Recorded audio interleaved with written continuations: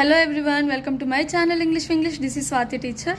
నిన్న మీకు చెప్పాను కదండి, రోజు ఒక డైలీ యూసేజ్ సెంటెన్స్ నేర్చుకుందామని. ఈరోజు ఒకటి నేర్చుకుందాము. ఈరోజు ఏంటంటే, ఒకవేళ ఏదైనా వస్తువు పోయింది అనుకోండి, కనబడట్లేదు, దాన్ని ఇంగ్లీష్లో ఎలా చెప్పాలి అంటే, మనం ఒకవేళ పోయినా సరే, వెతుకుతున్నా సరే, రెండింటికి ఒకటే చెప్పేస్తాము. అదేంటంటే, I lost my purse, I lost my chain అలా చెప్పేస్తాము. లాస్ట్ అని పోయింది అని కన్ఫర్మ్ అయ్యాక లాస్ట్ అని చెప్పాలి. మరి వెతుకుతుంటే ఆ ప్రాసెస్లో ఉంటే ఎలా చెప్పాలంటే, I can't find my book, I can't find my purse, I can't find my chain అని చెప్పాలి. ఐ కాంట్ ఫైండ్ అనాలి, వెతుకుతున్నప్పుడు దొరకట్లేదు అని చెప్పడానికి ఐ కాంట్ ఫైండ్ అని అనాలన్నమాట. రెండిటికి ఐ లాస్ట్ అని యూజ్ చేయకూడదు. ఒకవేళ పోయిందని కన్ఫర్మ్ అయితే ఐ లాస్ట్ అని అనాలి. సో మీకు కూడా ఎప్పుడో ఒకసారి ఏదైనా పోయి ఉండొచ్చు, దొరకట్లేదు అనిపించవచ్చు ఏదైనా వస్తువు. అవేంటో కామెంట్ బాక్స్లో ఒక సెంటెన్స్ ఫ్రేమ్ చేసి కామెంట్ చేయండి.